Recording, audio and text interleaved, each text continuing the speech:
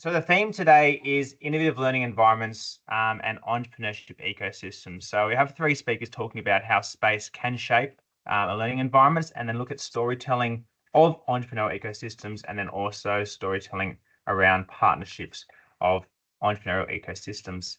So I'm Daniel Levitt, and I work at Ulster Kensington. It's a Catholic school in the eastern suburbs of Sydney, and I'm an entrepreneurial teacher myself. And I've had the pleasure to meet all three of our speakers today, which I'm very much looking forward to listening to their story about the theme. But to start off with the webinar, we'll start with acknowledgement of country. And where I am today is the Eastern Sydney region. And there's about 29 clan groups here in Sydney, in this metropolitan area, and it's referred collectively as the Eora Nation.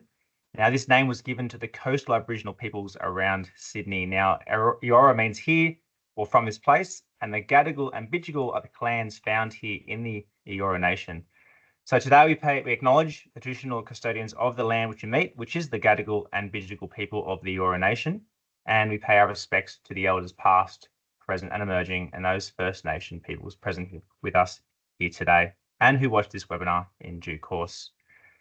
So we have three speakers. Our first one is Dr. Anne Nock. Now, Dr. Nock is a consultant, a communicator, and a strategist who specialises in learning environments design, in leadership culture, and in school transformation. Now, Dr. Nock ensures that learning environments truly serve their purpose through intentionality in the design, and will speak about how space can impact the wellbeing of students in schools. Now, Liz Green is the 2024 Entrepreneurial Teacher of the Year. Now, Liz is a risk taker, an educator, and an innovator, and she's very passionate about the long-lasting impact that experiences in the schools can have on the student, the school, and the community. And Liz will speak about her entrepreneurial ecosystem development at Redlands. And our third speaker is Nicole Amey, who's currently the Deputy Principal at the Yarrungan State High School, our Queensland representative. Now, Nicole was the 2022 Entrepreneurial Teacher of the Year, and has done some great work at her school currently and at Kepnock State High School. Now, she's truly passionate about the connections our youth have in the community to local, national, and the global, and these partnerships, how they impact the students and the community. So Nicole will speak about her storytelling in building partnerships in the Queensland ecosystem. So three very interesting conversations from three very different avenues, but all underpinned by the theme of innovative learning environments and entrepreneurial ecosystems. So to start off with, I'm going to pass over to Dr. Nock and to speak about how space shapes wellbeing in schools. Thanks, Daniel. Hey, everyone. It's lovely to see you, or not see you, but to be here and talk to you about this. I'm talking about how space is actually a silent contributor to wellbeing. So this is who I am and what I do. I call myself a translator. So I've come from an education background. I've been a teacher. So my native language is education, but my learned language is design. I've been hanging around with architects for a bit. So I kind of understand, and a lot of my work bridges that gap between the education world and the design world. So I do that with regards to culture. I'm a visual thinker. I like to turn complex ideas into visuals. I love design because that's how we solve problems in our complex world. I weave workshops that help people to reach their decisions.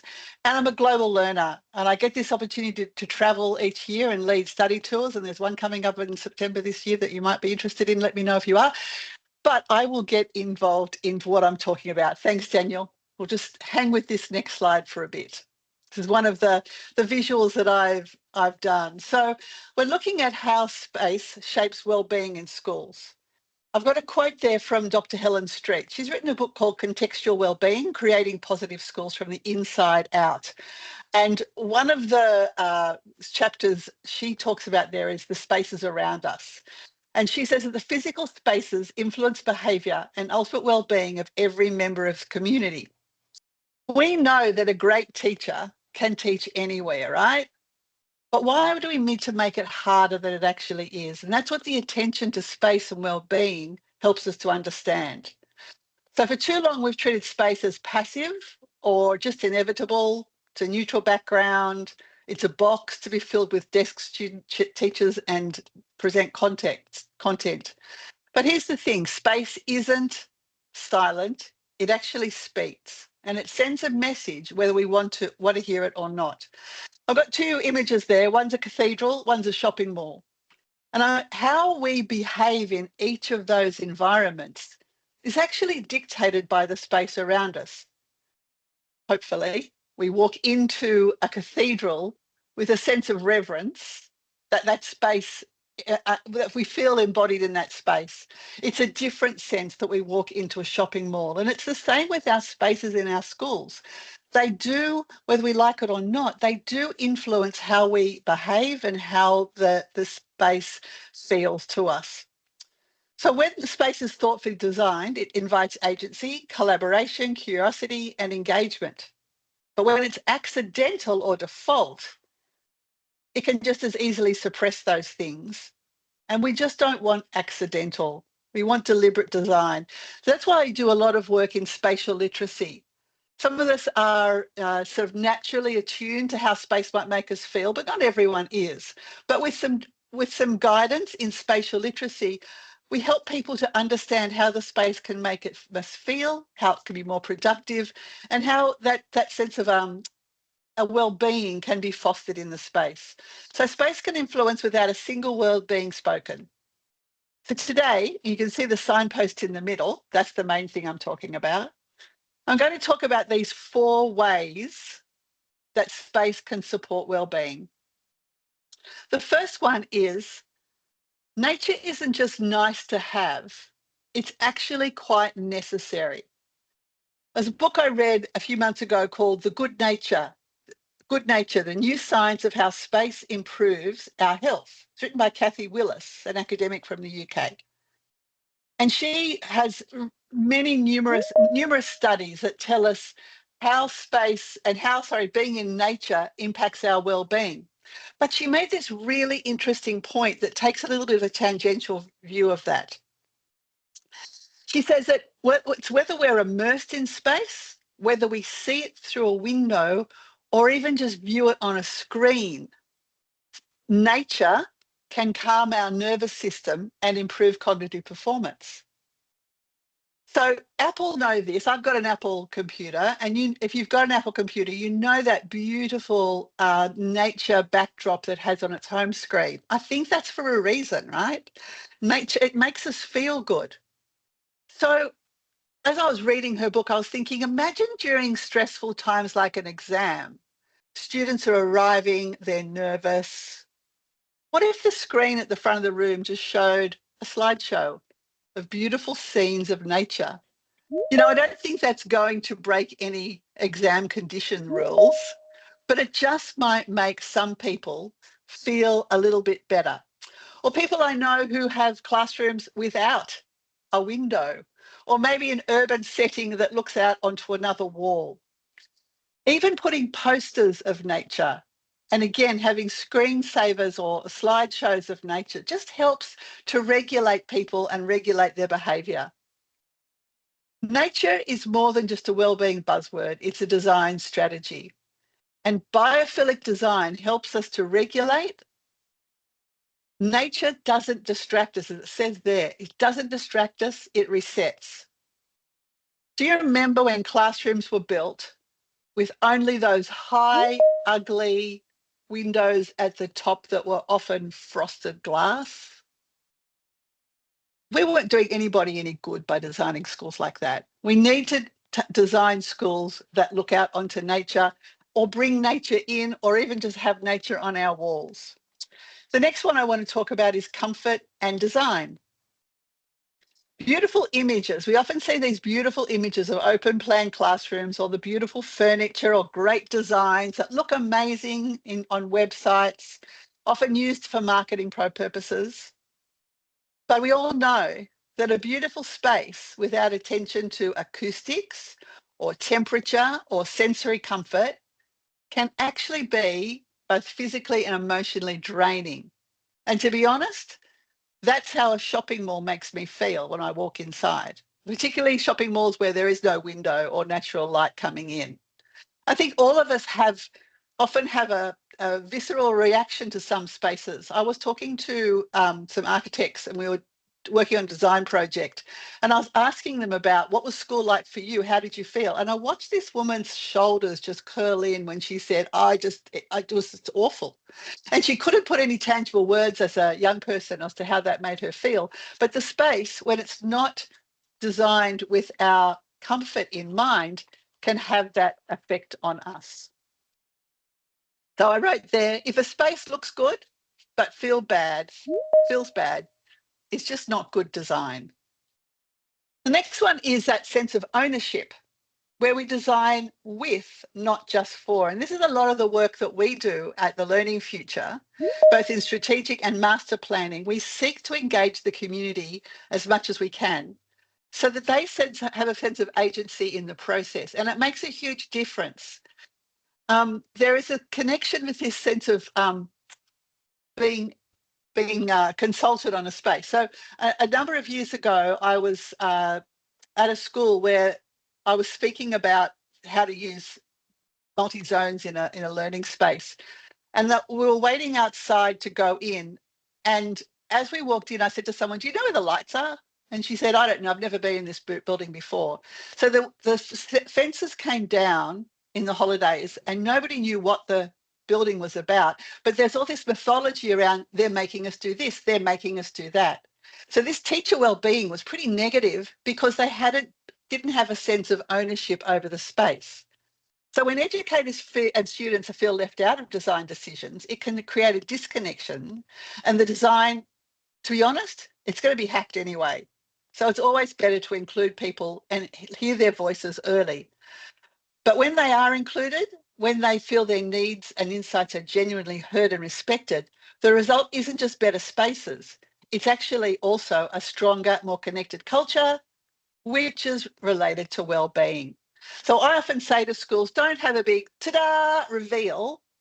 Bring the people along the journey, because any new space that's built and designed is going to have an impact on how people work.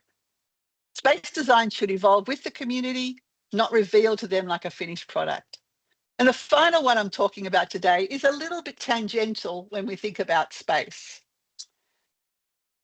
It's voices from the wall. Spaces speak. So what are yours saying? Helen Street talks about this quite strongly in her book. And her chapter's called Voices from the Wall. So if you're a school-based person in particular, if you go to schools regularly, when was the last time you actually walked through the school and paused and read the walls, not just rushing from A to B? What are the posters, the signage, the murals, the trophy displays? What are they really saying to your community? Are they encouraging, competitive, overwhelming? Do they whisper inclusion, you're welcome, or do they shout compliance and control? I do laugh when I see some signs. It's quite hilarious when I visit schools. So there's a branding expert called Martin Lidstrom who calls the signs around the walls small data, the quiet clues that reveal more about culture than any survey ever could. Over time, we often stop seeing these things, which what Lindstrom calls organisational myopia, or some people call them the dead dog, that we just keep stepping over the dead dog and we don't even realise the dead dog's there anymore. But visitors notice and students notice, and it says something about your culture. So when I visit a school, I might sort of gently ask, tell me about that poster, why is it there? Or that sign, why is it there? The response is usually, I hadn't noticed that. So there's not a judgment, but the reminder that when organisational myopia kicks in, we stop seeing the things in front of us. So culture is always communicated through your spaces. What matters to you? It's often subtly, it's often unconscious, but it's always powerful. So I always love to have a practical takeaway action. So here is my takeaway action for you. Next time you're in a school, or if it's your school, do a small data walk. Walk through your school, or when you're designing, as if you've never seen it before, or through the eyes of a visitor. Take some photos. Look around and think, what's this space saying to us? Even better, invite a colleague or a student to walk with you. And if you see something, choose one action, big or small, to start realigning your space and your values, because culture lives in the details. Thanks, Daniel. Can you put on the next slide. So I write a Substack article every week, and my Substack article is this one, The Silent Contributor, How Space Shapes Wellbeing in Schools. So there's a QR code. If you want to read it, you can. I'm going to write my next one. I do it I post it every Monday, and I'm going to do one around voices from the walls. So if you find that interesting, you can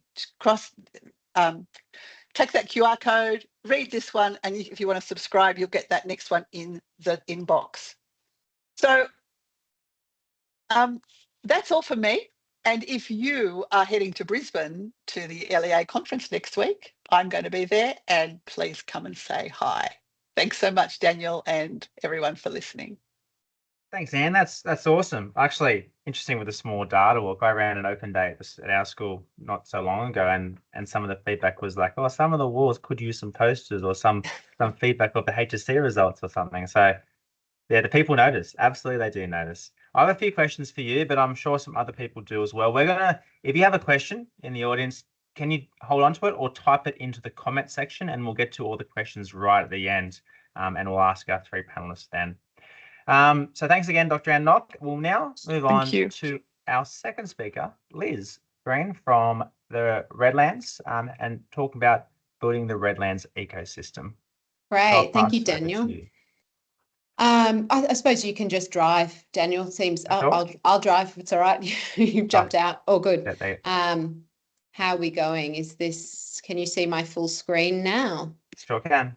Fabulous. Thank you, Anne. That was so good. And I love I'm going to contribute as best I can, and I feel like I probably can pick up on some of the threads from my perspective on the tools as a practicing educator in the classroom, but also, I guess, trying to build an innovation ecosystem.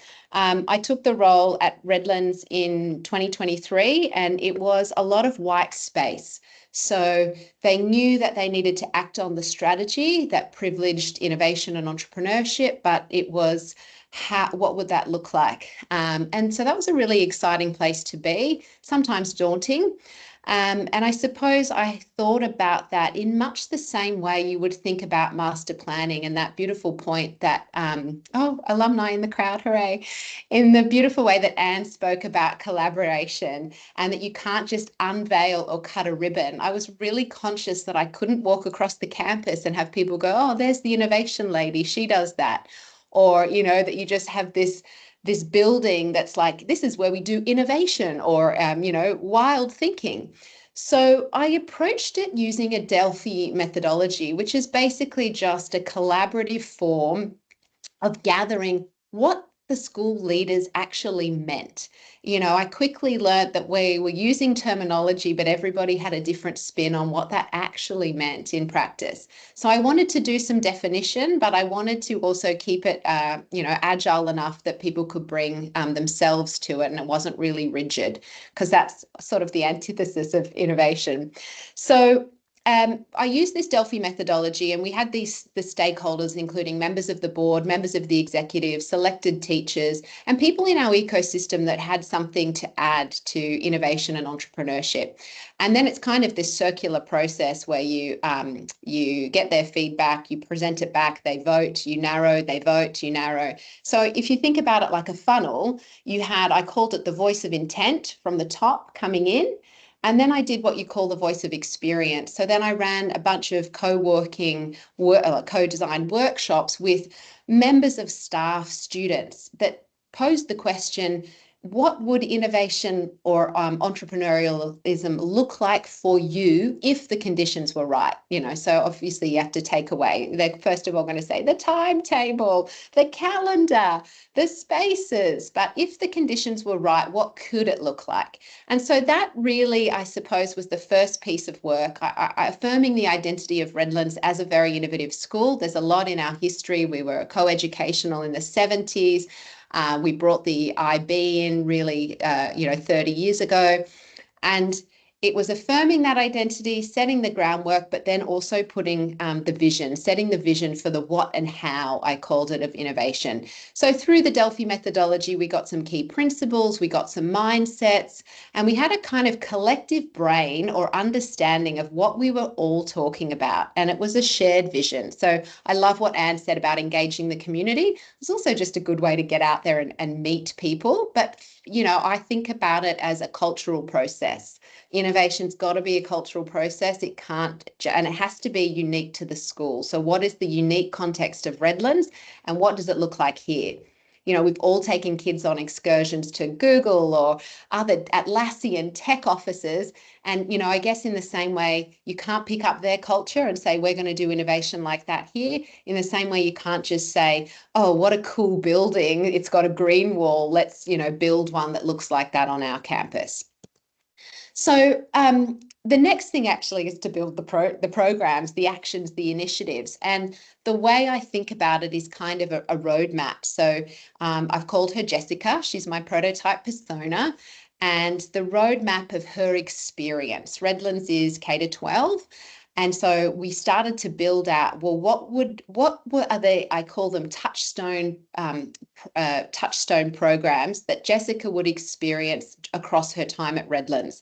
So, you know, you can see that I can't possibly go into all of them and I don't want to bore you, but you can see the numbers are the year group. And the words closest to are the big programs. So, you know, no surprise for an entrepreneurial teacher, we've got a Shark Tank program in year 5. And then you see the lines off them are what we call the advanced track. So we've got inclusive programs for every student. Every student gets a bite of the apple. Every student has the experience of thinking and acting like an entrepreneur, is exposed to innovative methodologies, has the opportunity to access partners. And then for very interested students, we have these off-ramps and we have these other advanced track programs that they can hook into. I was going to talk about UNICEF, which is a big partnership program for our Year 6 students, but I think listening to Anne talk about the power of nature, I will talk about Beyond the Hive.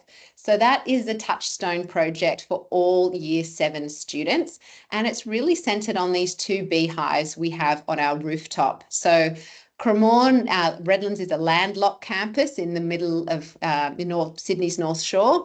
There's not a lot of space to grow outwards. So we have a beautiful building, the Learning Hub, and it has quite a stunning rooftop with really beautiful views. And we put 2 beehives there. So we have a partnership with an organisation. And we, you know, not only do we have a beekeeping club, so you can see the off-ramp from the Year 7 program is a kid might be really interested and say, hey, I'm going to spend my lunchtimes joining the beekeeping club.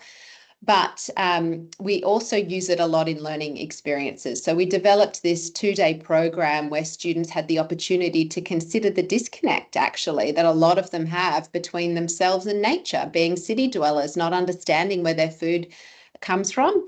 And it also builds upon the touchstone program before, which is the Day of AI. So we consider the ecological challenge of varroa mite. We get them on the tools, creating a device that they program to recognize beetles versus varroa mite. And so they build that, and then it's posing the challenge of what might happen. You know, can technology be used to ameliorate some of the environmental challenges that we're facing? So there's an example. The other example that I thought I might talk about in a little bit more detail is the social enterprise. So if we skip forward along the roadmap to Year 9s, we have a big program there for all of Year 9, and it sits within the commerce curriculum. So again, very important that it's inclusive. And we partner with 6 or so different organisations. And the reason I thought I might zoom in on that one is because while it is based on social enterprise, we made the decision to partner last year with Architectus, and it really resonated exceptionally well with our school students. So Architectus, as you know, is an architectural firm. We took our students to Architectus as part of the program. They toured the offices. They learnt all about the ways of working. Architectus were responsible for our master plan. And so we presented the challenge to the students who were on that stream of what would you do to redesign your campus? And I'm sure you can appreciate it was a really rich learning experience then for Architectus to listen to the students' presentations, and quite eye-opening for us as well. So that process of working, I suppose, as an entrepreneur for Architectus really was quite rich, because we sent them out into the campus and we said, photograph it, you know, where are the dead zones? Where is there a lack of light? Where do students congregate and why? Interview students, etc. So I thought I'd just zoom in on that one as a kind of example that might be relevant or interesting to the audience. And the other sort of italicized writing you can see there is I said that we develop skill sets and mindsets in the methodology, and just sort of pinning, obviously all of the programs meet all of them, but what shines or what is the most relevant there. So just to recap, in terms of the approach to building the structure, we have our touchstone programs for every student. They all get a chance. Then we have the advanced track, which is opt-in, and it's for deeper exploration. And there's a whole sort of web of opportunity that sit around the students. And then what we have, I call it opportunity networks, which is really what I would say is the exceptional advantage of being at Redlands. So ad hoc, plugging students into what we might call evergreen experiences like mentorship, which is going to be extremely valuable regardless of what you do. I did have a little video to share about UNICEF, but seeing as there are no real educators in the audience, except for maybe one, I'll put the link. The link is there if you are interested or you work with any schools who might want to work on this program. Our UNICEF program is scaling, and we're looking for other schools across Australia, not necessarily only in New South Wales, to join that. It's totally free. You get access to UNICEF coming to visit. It's all based on climate and putting students in the driver's seat for coming up with solutions to address climate change that hold the rights of the child at the centre. But the one I might show you, I'll just skip on. So this is the Year 9 project that I was speaking about. We did work with some Redlands alumni who mentored the kids in making the video. So the students were behind and in front of the camera. And I'll play that for you now. We're Year 9 Commerce at Redlands, and today we're starting the Entrepreneurship program for Commerce. Our role as entrepreneurs is to bring fresh ideas to already established businesses. We're partnering with Studio A, Architectus, and Welcome to Country, Race Foundation, Rooftop Bees, and Candle Exchange. We chose these businesses because they have a triple bottom line: people, planet, and profit. We unleashed Year 9 on Sydney as they headed out to go and visit their partner organisations. Our challenges included redesigning the Redlands campus, Innovative fundraising campaigns, identifying and engaging with new audiences, forging strategic partnerships, and creating leadership opportunities.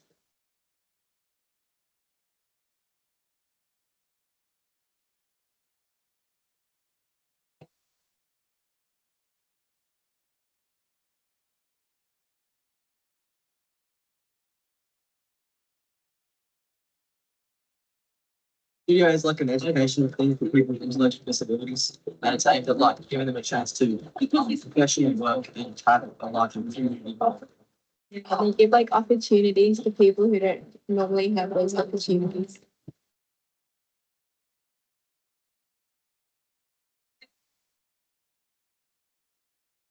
Today we're doing a bunch of brainstorming exercises in order to find solutions for our real-world organizations.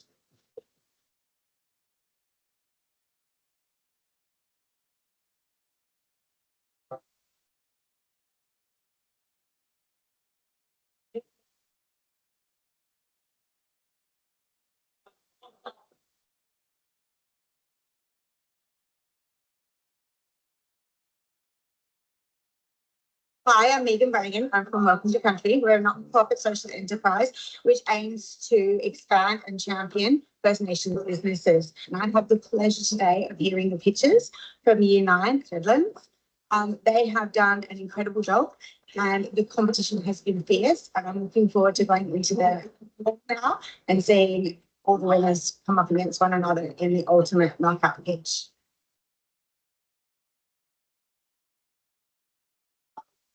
In education to ensure not to understand intellectual disability. So we've been invited to be part of the Redlands Year 9 Entrepreneurship program, and Rooftop Bees, we do specialised corporate beekeeping installations. And yeah, we've been really surprised at how creative and commercially minded all the students have been with presenting their ideas to us. What did the students do today in their pitches? Very good. They made funny face. I think they've been extremely impressive, very thoughtful, very professional, very very convincing. To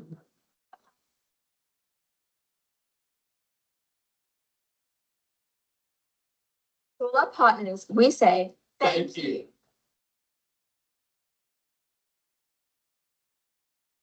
Super cute. So yes, you can see, I just put in a few photos of Architectus. While it did focus on, it's a unique opportunity to have every Year 9 student in a commerce classroom because you can create these inclusive learning experiences. But the focus is social enterprise, but we had this great opportunity to work with the school architects. So it was too great not to take. So I popped in a few photos of them visiting, and then of course the partners come back to hear the students' pitches. I suppose one other thing that I would comment on about that, which I think Nicole will pick up the thread in terms of the beauty of those partnerships, is many of them are ongoing and we work with the same partners again and again. Our students' ideas have been taken into the commercial world, particularly for Raise Foundation. So the Raise Foundation, which does youth mentorship, our students were given the challenge to come up with innovative fundraising ideas, one of which was scaled nationally and part of theirs, and the other one is about to launch in May. So later this week, we have a group of Year 10 students who have engaged local pizza shops to, it's part of a whole big strategy, but a really great opportunity to continue the learning and make it very real world for the students. So I think that is really all from me, and I'm right on 15 minutes. So there we go. There are some additional resources there. If you wanted to, we have a website. We have a page on the website that's got videos of almost all the Touchstone projects. And then, of course, if anyone wanted to share within their networks a school that might consider partnering with us on the UNICEF program, it's a really great program and you get access to a lot from UNICEF. Thank you, Daniel. I'll stop sharing now, or you can stop for me. All right. Thanks for that. That was unbelievable. The roadmap that you have there for the students is the pathways it offers is really for everyone, especially for the core pathway that goes through the whole school. But the beekeeping club, I think I would have joined that if I was a student as well. Make your own honey. That's really cool. So thank you for that. And actually blends very well into Nicole about partnerships too, and partnerships that can be developed in the entrepreneurial ecosystem and from a Queensland setting. So now our third and final speaker, I'll pass over to Nicole. And you're on mute, Nicole. Sorry, I was on mute because I've got a teenager in the background getting ready to go to soccer, so excuse me. But anyway, that's more important. Look, thank you, Anne and Liz. It's phenomenal. I love the whole Voices from the Wall series, so I'm going to get people to sign up for that definitely. And Liz, UNICEF, we're in. Okay, it's a real honour to be in here. I met Daniel, I think in 2022 at E3 Unconference with Young Change Agents. So there's a little bit about my background there: industry engagement, ecosystem building, or ecosystem enablers, as they like to call us, all these different terms. I think for me, my passion, I entered education late and was a traveller and was going worldwide around England, and decided that I would become a primary school educator, and worked in some very gritty schools in London, and we just realised that we needed to engage our students through creative curriculums, they were called. From there, I went to Dubai and participated in the International Baccalaureate, and a calling to come home after close to 25 years was very strong with me. Ended up in regional Queensland, back in Bundaberg, which was where I grew up, and left at the age of 17. We live in a very diverse community, and our natural environment is absolutely stunning. I am very proud that I live on the Great Barrier Reef, and also we are the food bowl of Australia, and we have a diverse narrative of intergenerational deprivation to extreme wealth. So the schools that I worked in at Kepnock State High School is what they class as a low ICSEA school. So 30-40% of our students are socially disadvantaged. But that does not mean that they are not your natural intrapreneurs or entrepreneurs. What we needed to do was flip the script a little bit, as they say, because there was such an attachment to that word entrepreneur that everybody, all of our students and young people, thought that they were going to become the next Shark Tank nominee. And it was really interesting. When I started at Kepnock in 2019, I met an alumni, and he had a program called Fish Tank, which was targeted at year 12s. He was a very successful entrepreneur, and whoever won that through a panel of judging around a problem went off and did an internship for a week at some really fantastic companies. I challenged him and said, why are we not having our year 7s to 12s involved in this? So it was really great. We ran it, I was in the classroom teaching, and we ran it as a little extracurricular during lunchtimes, and it grew. It was phenomenal. The money was very enticing for our young students to win the prize. But what we started to do in the first year was, when we started, COVID hit. Huge time. Everyone was remote learning. So when they came back into the classroom, they'd had that experience of space online and a real disconnection to community. We also discovered that our industry in Bundaberg had a disconnection to what was happening with our young people. So we launched a project on COVID. What can we do to connect humans better in the landscape of COVID and remoteness? That program built, and from there through the extracurricular in the classroom, in lunchtimes and after school, we then developed links with different social, not-for-profit social enterprises such as Young Change Agents, BOP Industries, and started to really link in with our communities. I was very fortunate that I had alumni who were not-for-profits or startup businesses, and saw that their in-kind support, because I ran it off the smell of an oily rag, was going to be beneficial not only to our students but to themselves. We started having check-ins in learning time. We built it through curriculum, being very careful that it wasn't an add-on, but for students actually to start to see meaningful pathways for them. 1 year with the Barrier Reef, UNESCO launched that the Great Barrier Reef should be listed as unsafe and in danger, and we had 30 students sign up to petition to UNESCO and create from their problems, solution-focused ideas. That was amazing. That launched really for us the it takes a village ethos. If you can go to the next slide as well, Daniel, thank you. There's just, I think this will go in that in a moment. From that, we had biodegradable fishing gear, swimsuits, sunscreens, everything that you could think of. These students were designing a buoy that bobbed around to eradicate crown of thorns from, damaging the reef. That then won the Great Barrier Reef Marine Park Authority Eco Challenge. These were young students who weren't looking at themselves as going to start businesses, but started to think of themselves as entrepreneurs. I'm just going to stop for a moment, and Daniel, if you play this clip, I can continue on then. This is a program from last year.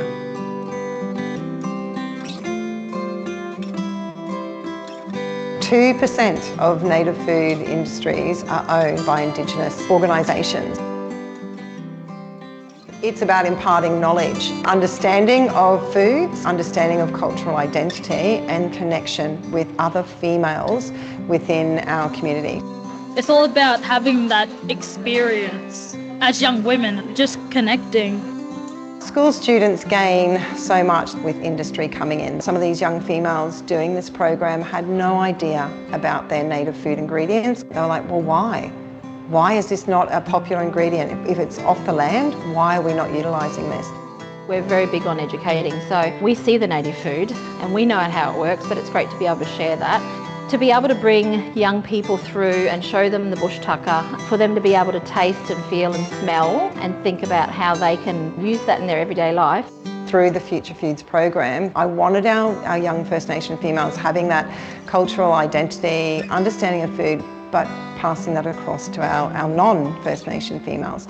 And looking at the program today, what's happened was very powerful. The dialogue was just flowing, and it was all about the food and what do we need to do and the time we've got to make it in and the people we're serving for.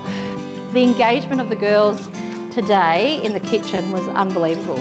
Learning about the flavours, learning how you can just make little substitutions in your meals and just sort of elevate them a little bit. I'm sitting back here with a big smile on my face, because I'm happy to see all the youth out there cooking, I think the most easiest way for us to learn is to sit down and have a yarn with one another, especially with our elders who have got so much to share with us. Today when we yarned with Auntie Di in the circle, you could have heard a pin drop. Her message to the girls, don't be afraid to go and talk to people when you need help. Try and be positive and you can achieve whatever you want.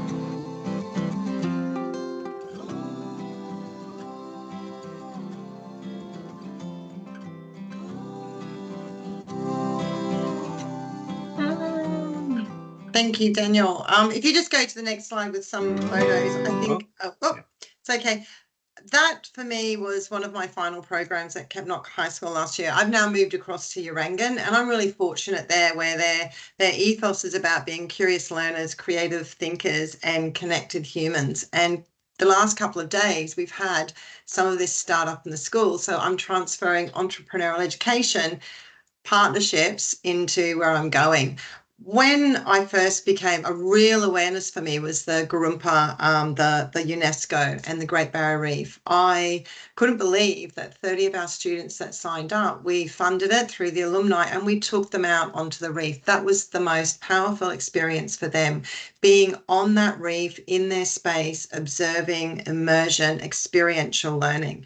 From there, we've developed many programs. Our classrooms aren't infrastructurally designed for flexible learning. We do not have the money, the resources, everything's very tight. But what I do know is that we built partnerships and I launched the whole It Takes a Village. I built an ecosystem that I could call on about 90 to 100 industry members within Bundaberg that would come in, attend after school workshops, did design-based challenges. We then designed different curriculum resources, programs to link in with business, HAS. They would come in and the students would pitch their ideas to them. We have done powerful lived experience programs through regional housing about hidden homelessness. Last year we did Brave Brothers with Year 7 boys raising mental awareness, mental health awareness. We have also sponsored with Ergon. So we're capturing our young students who want that trade perspective, but they're still entrepreneurs in their right. Power of engineering. We've also, as you saw, linked in with have strong connection with country and our elders. It's just been an absolute pleasure to watch a lot of these young people. Last year, one of our young people won the $24,000 QUT Entrepreneurship Scholarship. That was life-changing for that young lady. She's going to be doing her architect design, her architect modules, plus she's looking at it as a whole hub to bring in trade. So she'll do the modules with the entrepreneurship with Rowena Barrett and everybody at QUT. You know, we have $20 Boss, we've done Lighting the Spark. We have just many different projects that are teaching these children the skills. And a lot of our students come with just such lived experience that their narrative is very powerful. If you go to the next slide, sorry, Daniel, I'm really aware of time. I have 9 pillars, so to speak, for me that are really important, that I think that when I showcase at conferences, a lot of educators will say, well, how can we do that? How can we change the system? We developed a white paper around system changes with young change agents, and Daniel was part of that in our first year. But 9 pillars are having champion educators in your community, authentic voices. Industry are your authentic voices, and also, you know, all your business, talent. I think it's really important that talent can help the ecosystem and industry growth with the authentic voice in your village. We speak about knowledge and resources, champions and convenience. I don't need to read them out, but the final part is around stories and culture. But to have that, it's similar to going back to Liz's roadmap. It's all about those intersections that you meet along the way. And as Anne said, it's, you know, immersing yourself in that space and environment, but listening to our young people. I remember being part of an ecosystem symposium a couple of years ago, and the only educator there with some really powerful people, the chief entrepreneur, Department of Education, and all of that sort of stuff. And they're all talking about startup businesses. And my one thing was, well, I think business needs to come in and listen to our young people. They need to look at the space. They need to think about the conversations, and they need to actually get on board and you know, and build those partnerships. We have had domestic violence apps designed. We have had eco bins. As I said, from that video you saw, we've got young girls thinking about Indigenous cafes, but to have them on school grounds, how they can start to design those Indigenous cafes, and we're linking in partnerships.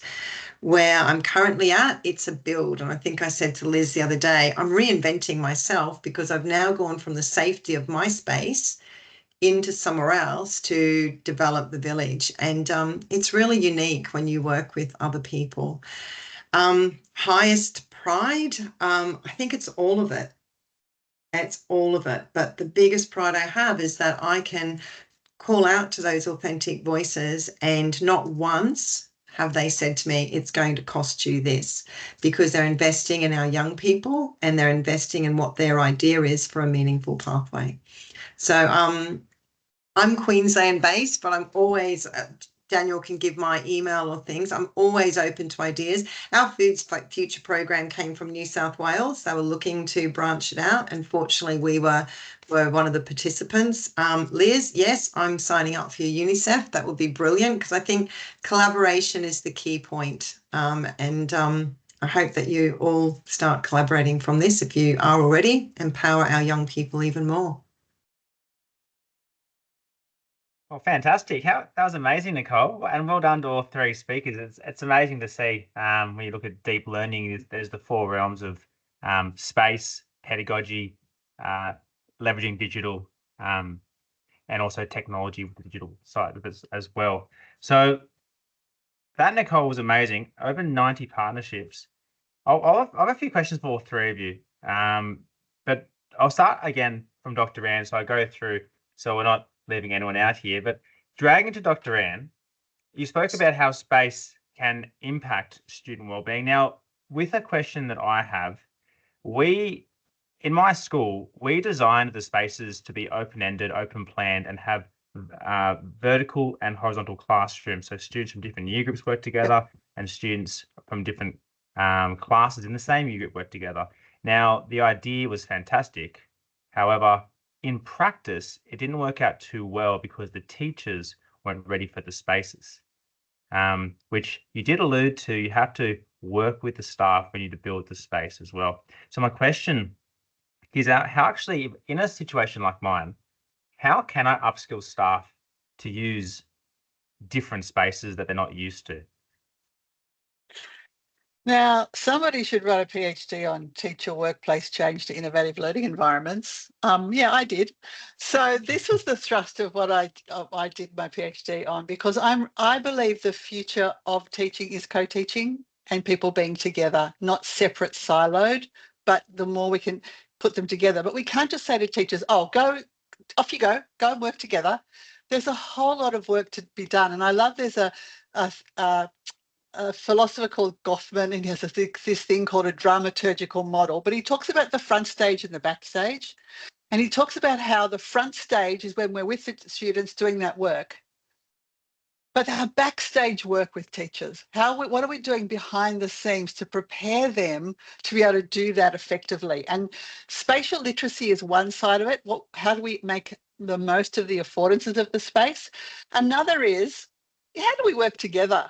How do we make sure that we're not going to let things simmer under the surface and become toxic? How are we going to, if we're co-teaching, what roles are we going to take? All of these things are conversations and design questions that we need to spend that time doing prior to walking into the space with the students. So that backstage, front stage model, I think, is a really powerful way. We often, teaching is as much front stage or backstage as it is front stage. Yeah, absolutely. I suppose it also impacts the students too, when the staff are happy and able to use the space. That obviously impacts the students. If I can say just one more thing, if we think about an acting cast, the quality of the front stage performance is all due to how much the quality of the time they've spent backstage. Same applies. Exactly right. That's an interesting way to look at it too, because it does work. The quality of the effort put into the staff, it impacts the students. Thanks for that. And also, everyone else on the call, if you have a question, please add it to the chat, and we'll ask our panelists as well. To Liz, now, what a story, the roadmap using the Delphi model. In a story like my setting, the word entrepreneurship was actually quite confusing to some of the staff. How did you lead, firstly, that term to change your school to have a roadmap by introducing the word entrepreneurship, or did you go down the path of innovation and then backtrack to entrepreneurship? Yeah, the second. And look, I didn't, the word entrepreneurship is in our strategy. I'm actually, which, that was written, it's about to end, our strategic, we're forging a new one. So I inherited that term. In our context, a lot of students are excited by it.